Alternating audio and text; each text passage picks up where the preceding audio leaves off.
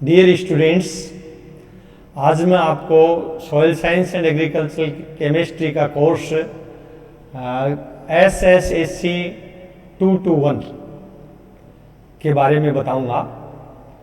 आपकी of classes में मैंने इसका सिलेबस के बारे में बताया था और इसमें कितने टॉपिक हैं उनके बारे में भी एक एक टॉपिक के बारे में आपको बताया था। आपके कोर्स का टाइटल है problematic soils and there management, यानी समस्याग्रस्त मृदाएं और उनका प्रबंधन।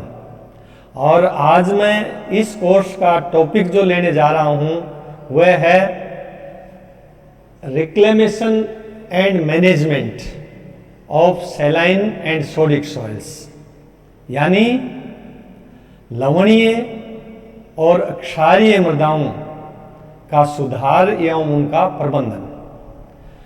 तो लवणीय और क्षारीय मृदाओं के सुधार और उनके प्रबंधन से पहले आपको ये ज्ञान होना जरूरी है कि लवणीय मृदाएं कौन सी होती हैं, क्षारीय मृदाएं कौन सी होती हैं, किस तरह से इनको परिभाषित किया जा सकता है, क्या उनके गुण धर्म हैं। यदि इस चीज का आपको मालूम होगा तो फिर आप ये आसानी से समझ पाएंगे कि किस तरह से इनका सुधार किया जा सकता है और किस तरह से इन मृदाओं का प्रबंधन करके ज़्यादा से ज़्यादा पैदावार ली जा सकती है। तो सबसे पहले मैं आपको बताना चाहूँगा कि लवणीय मृदाएं कौन सी होती हैं, सैलाइन सॉइल्स कौन सी होती हैं। यदि परिभाषा की दृष्टि से देखें तो आप इन लवणीय मृदाओं को परिभाषित कर सकते हैं कि वे मृदाएं जिनकी विद्युत चालकता 4.0 डेसीसीमन पर मीटर से ज़्यादा हो, विनिमय योग्य सोडियम 15% से कम हो और पीएच मान 8.5 से कम हो, ऐसी मृदाओं को लवणीय मृदा कहते हैं। The soils which have more than 4.0 डेसीसीमन per meter electrical conductivity of saturation extract and less than 15% exchangeable sodium percentage and having pH less than 8.5 are known as saline soils। यानी लवणीय मृदाओं को परिभाषित करने के लिए तीन चीजों का आपको ध्यान रखना पड़ेगा। एक, इनकी विद्युत चालकता, किसकी, सैचुरेशन एक्सट्रैक्ट की। दूसरी, इनका विनिमय योग्य सोडियम एक्सचेंजेबल सोडियम परसेंटेज। और तीसरा, पीएच मान। इन तीनों का यदि आपको ज्ञान होगा तो आप सैलाइन सॉइल्स को डिफाइन कर सकते हैं। इसी तरह से अल्कली सॉइल्स कौन सी होती हैं, तो उनमें भी ये तीन क्राइटेरिया ही लेके आपको डिफाइन करना है कि वे मृदाएं जिनकी सैचुरेशन एक्सट्रैक्ट की विद्युत चालकता 4.0 डेसीसीमन पर मीटर से कम हो, विनिमय योग्य सोडियम प्रतिशत 15% से ज़्यादा हो और जिनका पीएच मान 8.5 से ज़्यादा हो, ऐसी मृदाओं को क्षारीय मृदा कहते हैं। इनको सोडिक मृदा भी कह सकते हैं, आप अल्कली सॉइल भी कह सकते हैं और सोडिक सॉइल भी कह सकते हैं। इन दोनों मृदाओं के अलावा कुछ ऐसी मृदाएं होती हैं जिनमें एक्सचेंजेबल सोडियम भी ज्यादा होता है और जिनकी विद्युत चालकता भी ज्यादा होती है। तो इन मृदाओं को सैलाइन अल्कली सॉइल्स कहते हैं, यानी ऐसी मृदाएं जिनकी विद्युत चालकता 4.0 डेसीसीमन प्रति मीटर से ज्यादा हो तथा विनिमय योग्य सोडियम 15% से ज़्यादा हो और पीएच इनका 8.5 से कम भी हो सकता है या अधिक भी हो सकता है, ऐसी मृदाओं को लवणीय क्षारीय मृदा कहते हैं। वैसे प्रैक्टिकली अपन देखें तो मृदाओं को जो लवणीय और क्षारीय दो तरह से ही कैटेगराइज कर सकते हैं। लवणीय और क्षारीय मृदा है उसको पहले लवणीय मृदा की तरह से उसका रिक्लेमेशन सुधार करते हैं और उसके बाद में उसको क्षारीय मृदा की तरह से उसका सुधार करते हैं। इसलिए प्रैक्टिकल पॉइंट ऑफ व्यू से सैलाइन अल्कली सॉइल्स होती ही नहीं है। सैलाइन सॉइल होती हैं या अल्कली सॉइल्स होती हैं सुधार की दृष्टि से देखा जाए तो, और गुण धर्म की दृष्टि से देखा जाए तो सैलाइन सॉइल, अल्कली सॉइल और सैलाइन अल्कली सॉइल, ये तीनों कैटेगरी में हम इनको डिवाइड कर सकते हैं।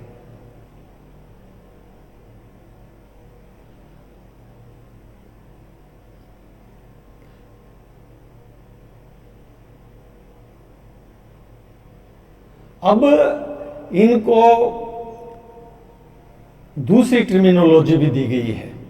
जैसे सैलाइन सॉइल है उसको रशियन लैंग्वेज में सोलनचेक भी बोलते हैं, व्हाइट अल्कली भी बोलते हैं, क्योंकि इसके ये जो मृदाएं हैं इनकी पहचान ऐसी है कि सफ़ेद साल्ट हैं इनकी सतह पर जमा हो जाते हैं, इसलिए इनको व्हाइट अल्कली भी बोलते हैं।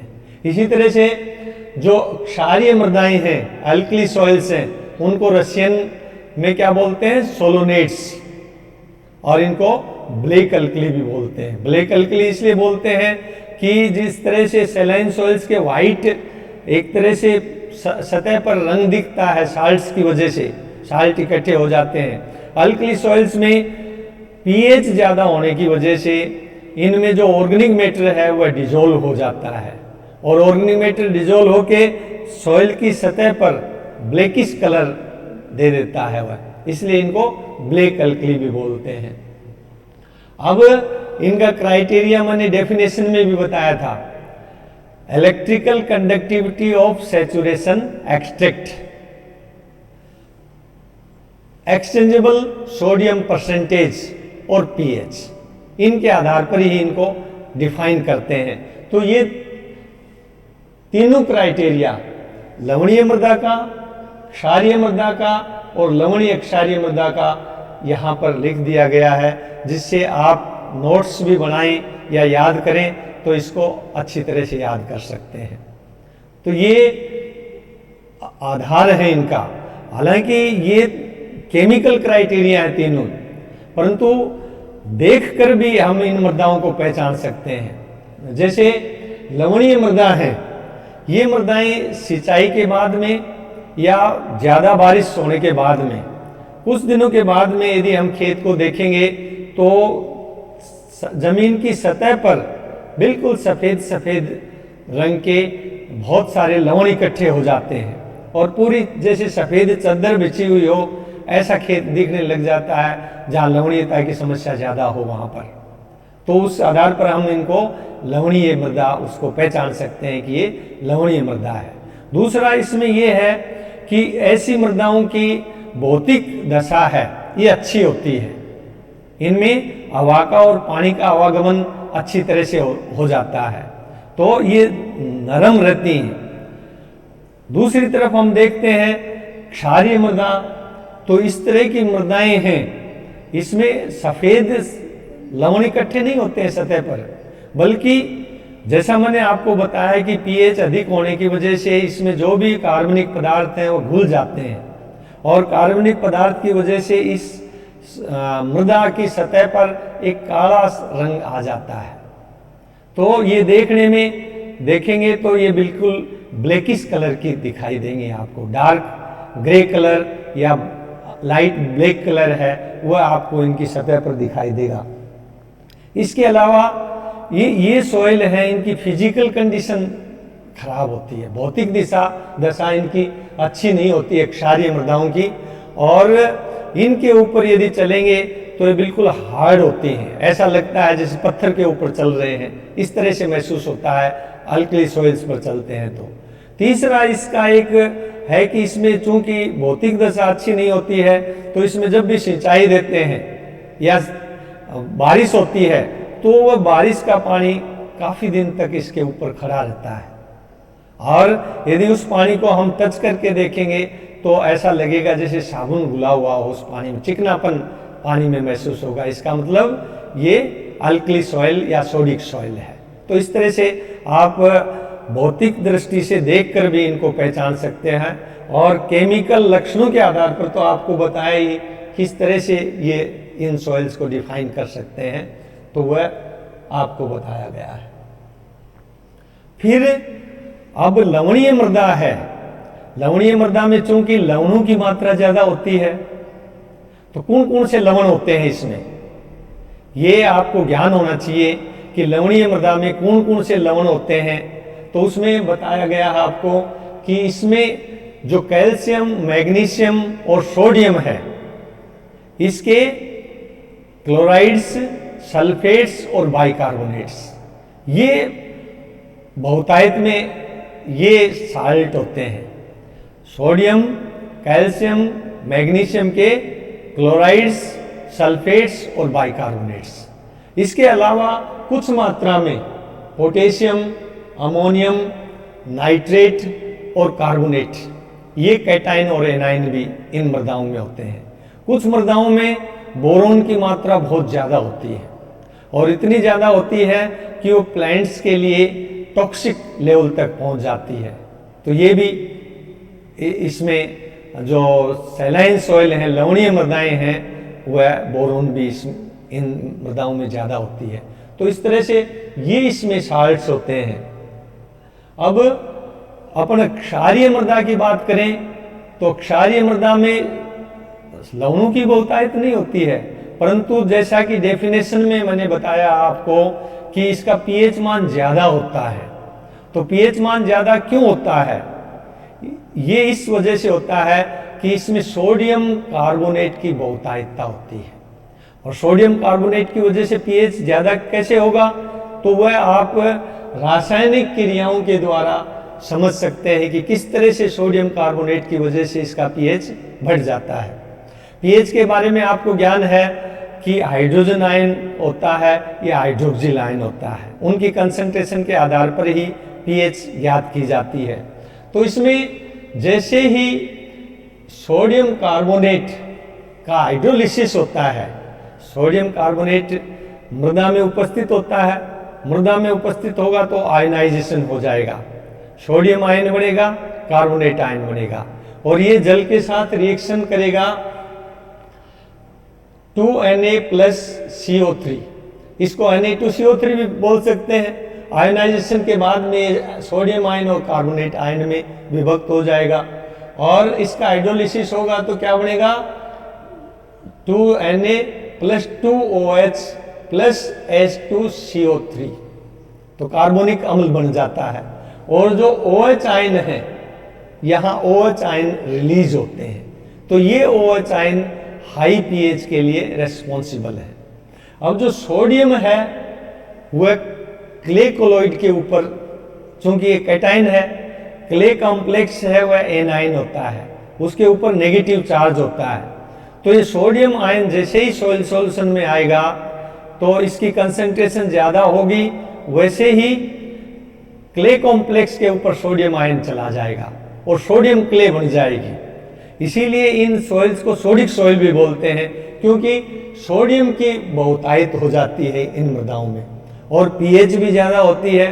पीएच ज्यादा इसलिए होती है कि हाइड्रोलिसिस होके और हाइड्रोक्सिल आयन रिलीज होते हैं, हाइड्रोक्सिल आयन ज्यादा होंगे तो उसकी पीएच निश्चित रूप से ज्यादा होगी। अब ये सोडियम क्ले कॉम्प्लेक्स के ऊपर आ जाता है तो इसकी रिएक्शन होती है, और ये रिएक्शन दो तरह से हो सकती है। एक तो ऐसी सॉइल्स में जिसमें कैल्शियम कार्बोनेट उपस्थित नहीं हो, और एक ऐसी सॉइल्स में जिसमें कैल्शियम कार्बोनेट उपस्थित हो।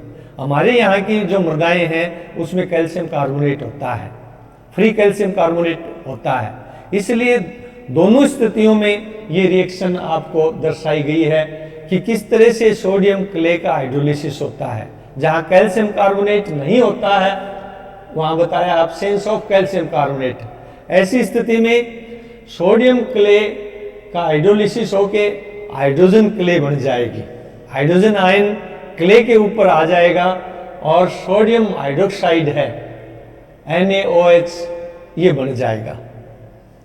NaOH बनने के बाद में NaOH है वह मृदा में कार्बन डाइऑक्साइड होती है, जैसे हवा में कार्बन डाइऑक्साइड होती है, वैसे मृदा जो हवा है, मृदा की जो हवा है उसमें भी कार्बन डाइऑक्साइड होती है।